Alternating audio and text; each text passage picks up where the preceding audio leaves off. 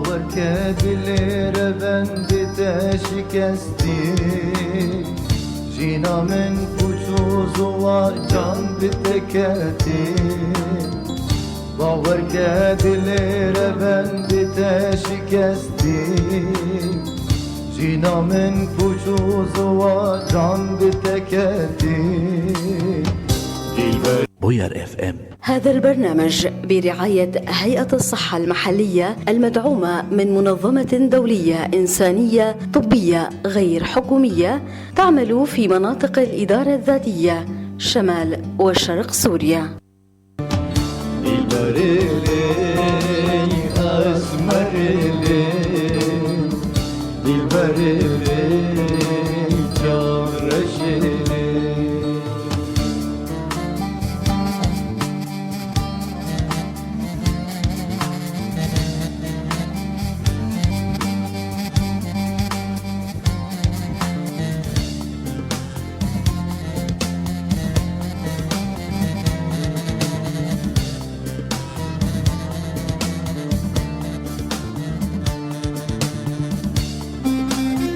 بوير اف ام. هذا البرنامج برعاية هيئة الصحة المحلية المدعومة من منظمة دولية إنسانية طبية غير حكومية تعمل في مناطق الإدارة الذاتية شمال وشرق سوريا.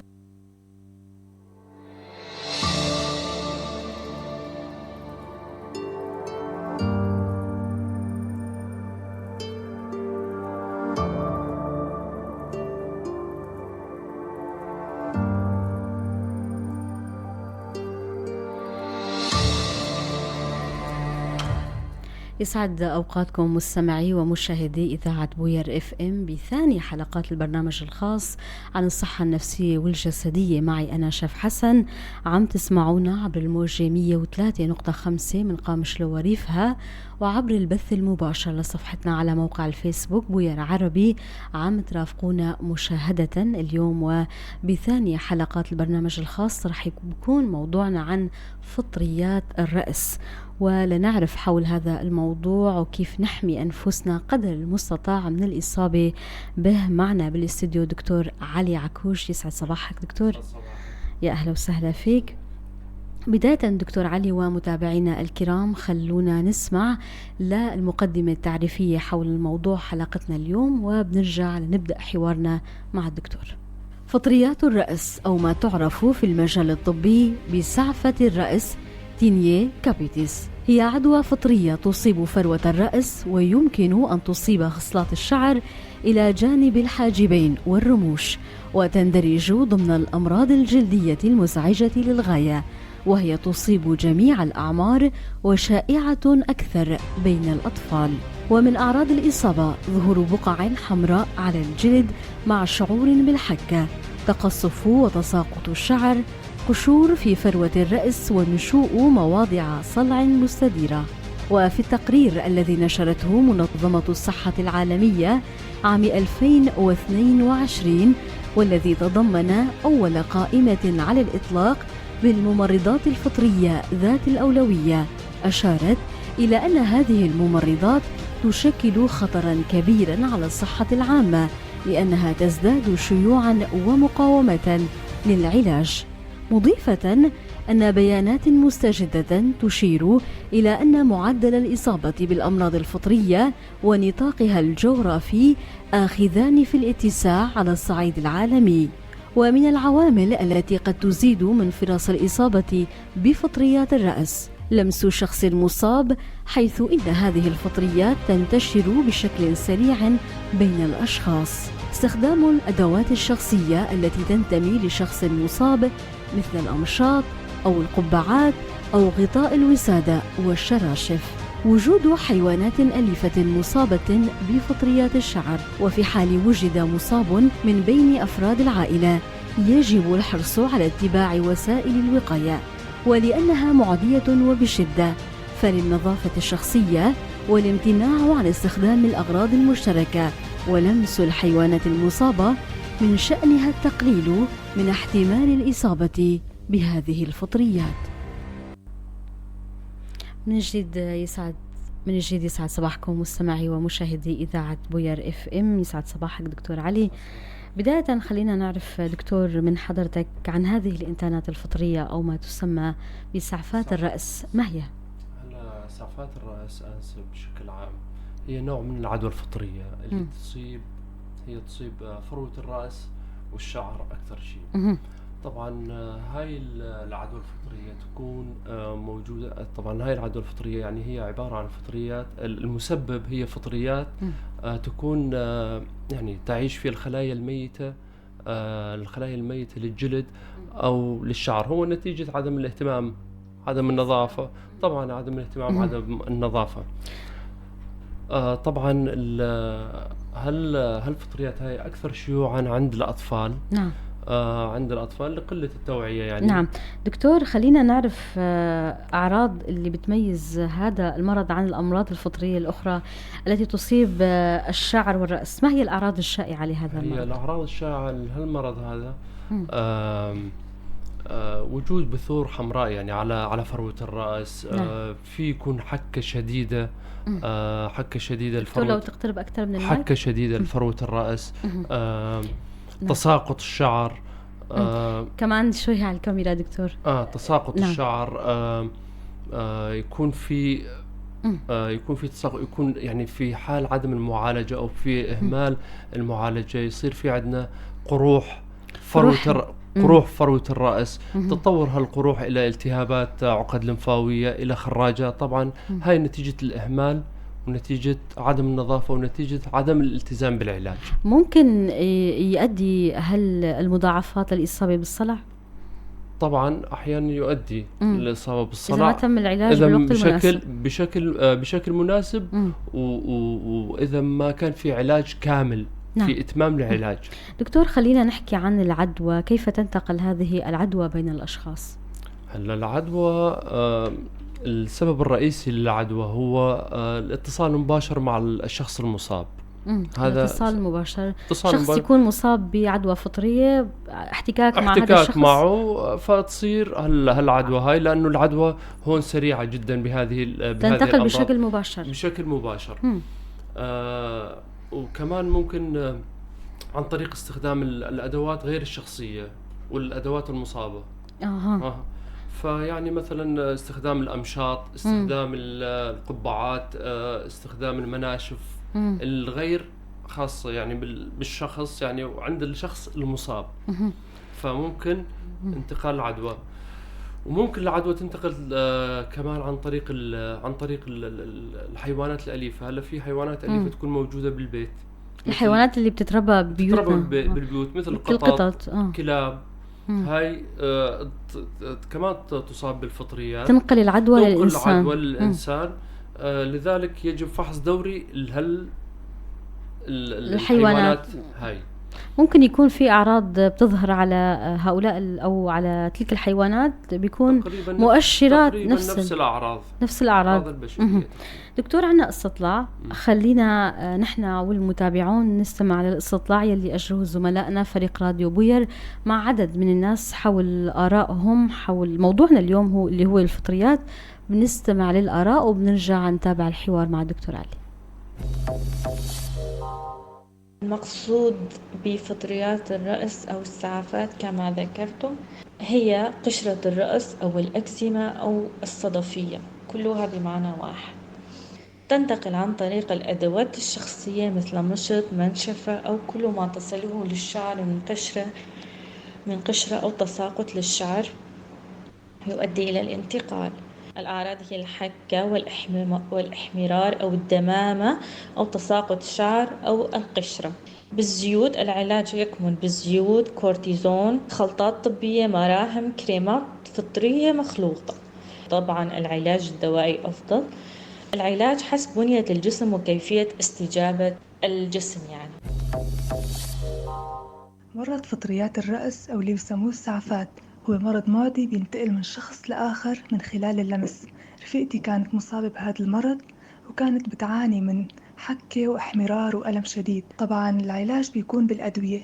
في ناس بتقول إنه في أعشاب بتعالج هذا المرض، لكن الأعشاب بتكون مؤقتة، أما الأدوية فبتنهي هذا المرض نهائيا. فاللي بيعاني من هذا المرض بنصحه إنه يزور الطبيب بأسرع وقت ويتعالج بالأدوية أحسن ما يتعالج بالبيت وبالأعشاب.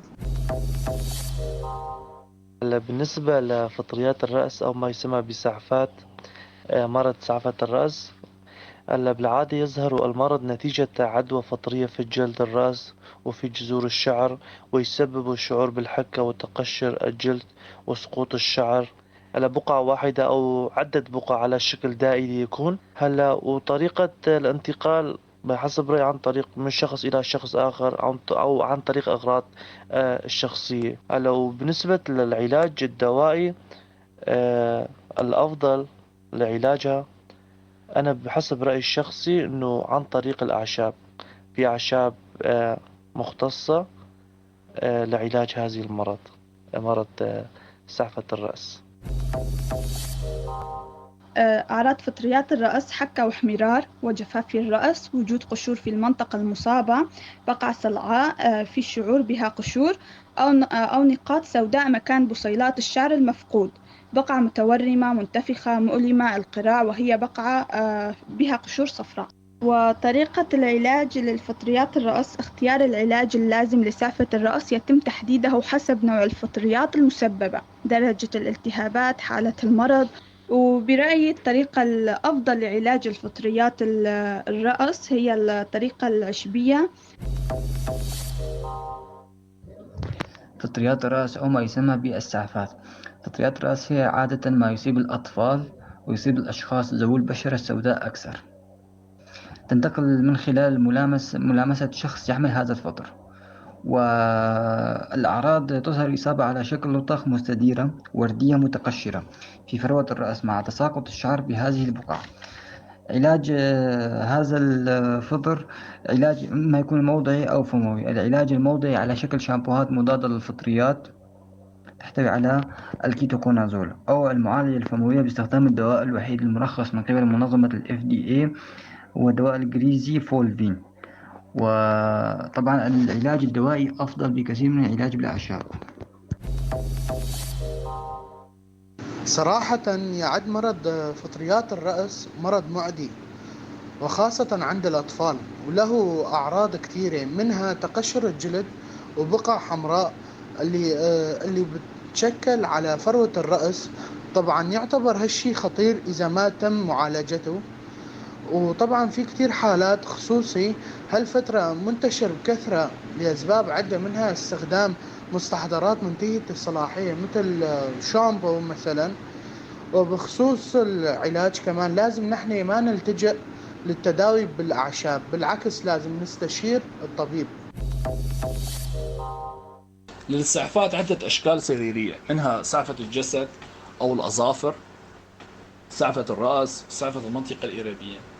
وبالحديث عن سعفة فروة الرأس فهي أكثر شيوعا عند الأطفال، تنتج عن خمج يصيب فروة الرأس ينتقل من إنسان مصاب إلى إنسان سليم أو من حيوان مصاب إلى إنسان سليم. الأعراض متنوعة لأنها لها عدة أشكال سريرية، ولكن بشكل عام يعاني المريض من حكة واحمرار وحرارة، وفي بعض الأنواع ضخامة عقد لمفاوية ناحية أي رقبية مثلا، حتى بعضها يخلف وراءها حصة ندبية مثل السعفة المقيحة على سبيل المثال.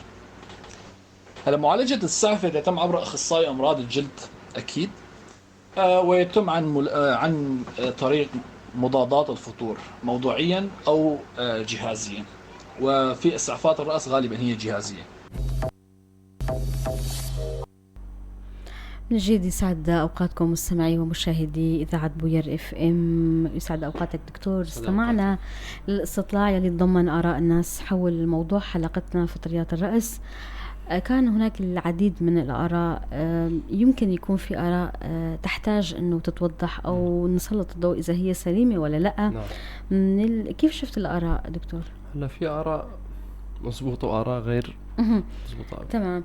هلا في صوت تحدث انه البشرة السمراء تصاب اكثر بفطريات، ما صحت هذا الرأي؟ مو شرط، ما تم ذكر هالشيء ابدا. علميا ما تم ذكر هذا الشيء ابدا. كمان من الآراء يلي ضمنها الاستطلاع بعض الأصوات اللي قالوا إنه تداوي بالأعشاب أفضل، والبعض قال التداوي بالأدوية أفضل. هلا التداوي بالأدوية أفضل، أكيد أفضل. والتداوي بالأدوية راح يكون لفترة زمنية كمان تستغرق من 6 ل8 أسابيع. حتى لو اختفت الأعراض يجب عدم قطع الدواء، مراجعة الطبيب، يعني عدم الإهمال. فالعلاج الدوائي أفضل، بيكون العلاج الدوائي أفضل من العلاج بالأعشاب. ممكن العلاج بالأعشاب ما تؤدي لعلاج كامل أو هلا يقلل الأعراض، العلاج بالأعشاب يقلل الأعراض ولكن ما في معالجة، يعني بيضل العلاج تامة. الدوائي هو أفضل. دكتور، كمان من الآراء يلي سمعناها بالاستطلاع في أشخاص قالوا إنه فطريات الرأس أو سعفة الرأس هي أكزيمة وهي صدفية، مع أنه هن أمراض كل حدا من خلينا نوضح الفكرة. فطريات الرأس هلا فطريات الرأس تنتقل بطريقة العدوى، يعني تختلف عن الأمراض الثانية. الأمراض الثانية طبعا مثلا الصدفية هو مرض مناعي داخل الجسم، مناعي فيختلف بشكل كامل. في مرض بيكون مسبب داخلي له علاقة بالجهاز المناعي بالجسم، وفي أمراض فطرية بتكون عن طريق خارجي، مسبب خارجي. تمام، عدوى فطرية. نعم، هذا الشيء ممكن كمان هو السبب انه في كثير من الاشخاص لما بينحكى عن موضوع الفطريات بينذكر مرض الثعلبة. مرض الثعلبة كمان نفس الوضع، نفس الفكرة. كمان المرض الثعلبة مرض مناعي، ومرض الفطريات مرض عدوى فطرية خارجية. نعم دكتور، مسألة التوقيت كتير هام، يعني كمان ذكر بعض الأشخاص أنه كتير مهم لما حدا بيشعر أنه هو مصاب بالفطريات يتوجه مباشرة للطبيب. أهمية التوقيت بالنسبة للعلاج كتير مهم. أهمية التوقيت بالنسبة للعلاج، هلا لازم مراجعة الطبيب بشكل مباشر في حال ظهور الأعراض، يعني للحد من العدوى. صح، تماما، للحد من العدوى وللعلاج المبكر، لأنه بيكون حامل للفطريات بينقلها يعني. تماما. خلينا نسأل دكتور عن موضوع الوقاية من الإصابة بالعدوى الفطرية لسعفة الرأس. ما هي طرق الوقاية من هذا المرض؟ هلا طرق الوقاية هي طرق بسيطة جدا. مثلا طرق الوقاية، أولا عدم استخدام الأدوات الشخصية للشخص المصاب. يعني شخص مصاب ما في داعي نجي نستخدم المشط تبعه أو القبعة تبعه أو المنشفة تبعه. أو بشكل عام الأدوات الشخصية، يعني لازم كل حدا ما يستخدم الأدوات الشخصية لشخص آخر. هلا يعني بشكل عام لازم ما يصير نستخدم يعني، ولكن في قلة وعي صحي. فهمت علي شلون؟ نعم. واحدة. الشغلة الثانية هي المحافظة على نظافة فروة الرأس والشعر بشكل، يعني الغسيل، الاستحمام بشكل مستمر. لأنه دكتور، لأنه العدوى بتتغذى على البشرة اللي بتتعرق، يعني دكتور مو تتعرق. هلا الفطريات تكون موجودة الفطريات تكون موجودة على الخلايا الميتة. الخلايا الميتة تكون على الشعر أو على الجلد، فلذلك الغسيل والنظافة مهمة جدا مشان ما تستقر، ما تعيش. تماما. كمان دكتور، في طرق أخرى للوقاية من العدوى؟ هلا في طرق، مثلا في بيوت فيها يكون حيوانات أليفة. هالحيوانات الأليفة هاي مثل الأرانب تنقل، فلازم يكون في فحص دوري لهالحيوانات الأليفة. يعني ممكن حيوانات أليفة مثل القطط أو الكلاب يكون عندهم فطريات موجودة، حامل هالفطري تنقله للإنسان يعني. فلذلك يجب فحص دوري بشكل مستمر. تماما. وكمان ممكن تقديم التوعية، يعني التوعية مهمة جدا، التوعية للأطفال، لأنه الأطفال ما يعرفوا إيش معنى النظافة. يعني التوعية للأطفال مشان معرفة إيش أهمية النظافة الشخصية. دكتور، وخصوصا يعني وفق ما هو الشائع أنه بينتشر هذا المرض أكثر شيء بين الأطفال. طبعا أكثر شيوعا عند الأطفال، بس كمان يصيب البالغين يصيبوا البالغين. يمكن الأطفال هن بحاجة لتوعية أكثر بالنظافة الشخصية وبالأمراض الفطرية اللي بتنقل العدوى. بالضبط. طيب خلينا نحكي دكتور كمان عن الخيارات العلاجية المتاحة إذا تم تشخيص شخص ما بهذا المرض. هلا بعد التشخيص يجب مراجعة طبيب الأخصائي الجلدية طبعا هناك يعني أكثر من نوع العلاج. في مضادات فموية، مضادات فطرية فموية. نعم. طبعا أهم علاج فطري هو الجريزوفولفين. هو مضاد فطري، هو المرخص حاليا. وفي تجي العلاج كمان يجي على طريق محاليل أو شامبوات تحوي على مضادات فطرية مثل الكيتوكينازول. تطبيق موضعي يعني. فيتم العلاج. طبعا فترة العلاج لا تقل عن الشهرين، أقل شيء لا تقل عن الشهرين. يجب مراجعة الطبيب بشكل مستمر حتى في حال اختفاء الأعراض. حتى في حال اختفاء الأعراض يجب مراجعة الطبيب مشان إتمام العلاج تماما، مشان ما ينتقل هالعدوى للأشخاص الآخرين. نعم بالضبط. تماما. دكتور، إذا في نصائح حابب توجهها للناس اللي عم بيسمعونا، وممكن يكون في أشخاص عندهم فطريات، كيف يتعاملوا مع هالمرض؟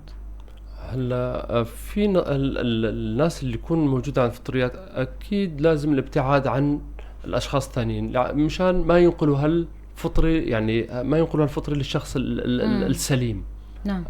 هاي واحد. هلا اثنين، يعني النصائح بشكل عام عدم استخدام الأدوات الملوثة.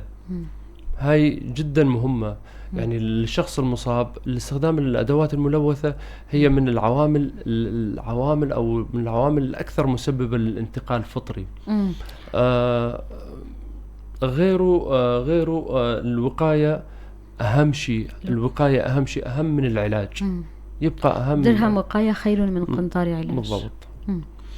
هاي أهم النصائح أنسي يعني بشكل عام. دكتور، عن مسألة الأدوات الشخصية، معناته بيكون هذا الموضوع كتير مهم فيما يتعلق بالصالونات الحلاقة. صالونات الحلاقة نعم. بيكون ممكن العدوى تنتقل من خلال الأدوات الحلاقة نعم. أو صالونات التجميل، يعني الأدوات المستخدمة. كتير مهم إنه هاي النقطة فيما يتعلق بتعقيم الأدوات أو تغيير الأدوات. هلا تعقيم الأدوات أو وضع أدوات شخصية في صالونات الحلاقة. يعني كل واحد له أداته الشخصية أو تعقيم الأدوات. تماما. إذا حابب تضيف أي شيء دكتور تفضل. هلا بهذا المرض أنا أشوف يعني أهم شيء الملخص هو الوقاية. الوقاية أفضل من العلاج. الوقاية أفضل من العلاج. وبشكل عام هذا الموضوع بشكل كامل. كتير شكر لحضرتك دكتور علي عكوش، كنت معنا للحديث حول موضوع حلقتنا واللي هو فطريات الرأس. الله يعطيك العافية، شكرا لكم ولإذاعتكم الكريمة.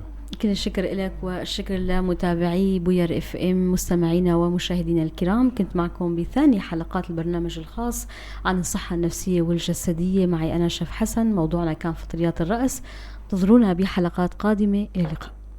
بوير اف ام. هذا البرنامج برعاية هيئة الصحة المحلية المدعومة من منظمة دولية إنسانية طبية غير حكومية تعمل في مناطق الإدارة الذاتية شمال وشرق سوريا.